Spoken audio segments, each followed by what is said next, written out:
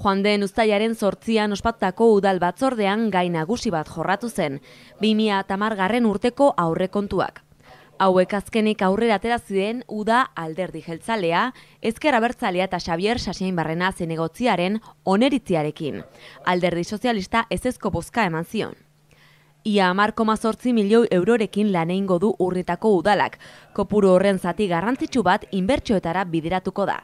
Izan ere, iaz 559.000 euro aurreztu ziren eta alkateak, Mikel Izagirrek esana, diru horrek herri mailan egingo diren hainbat lanetarako balioko dute. Aurre ikusten diren proiektuen artean besteak beste, hezkuntza mailan Etxeberriko 2 eta 3 urte arteko haurrentzako gelak atonduko dira. Hirigintzari dagokionean bestetik artxibo berria edo irisgarritasuna hobetzeko bideratuko dira.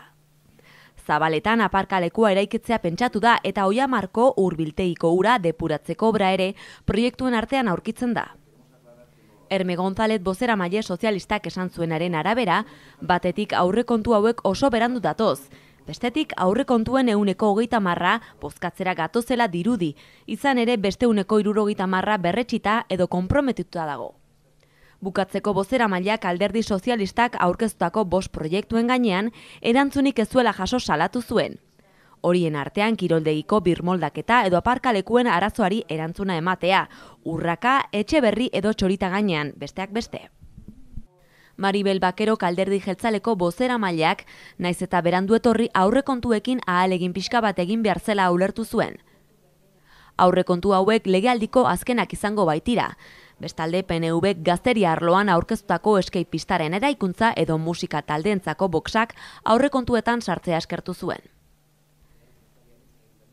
Iñaki Mendizabalek Ezker Abertzaletik udalak 102ko zorra duela soilik gogoratu zuen eta hori ezin dute udaletxe askok esan. Hori kudaketa on bat egin delaren seinale da.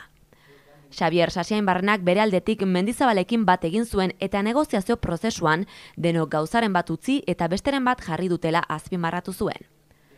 Mikel Izagirrek bukatzeko aurrekontuak berandu datozela onartu zuen, baina sozialistei erantzuna emanez, argi utzi zuen aurrekontuen 170 urtarrilaren batean erabakitzen dela gogoratu zuen, izan ere udaletxeko funtzionamendurako bideratzen delako.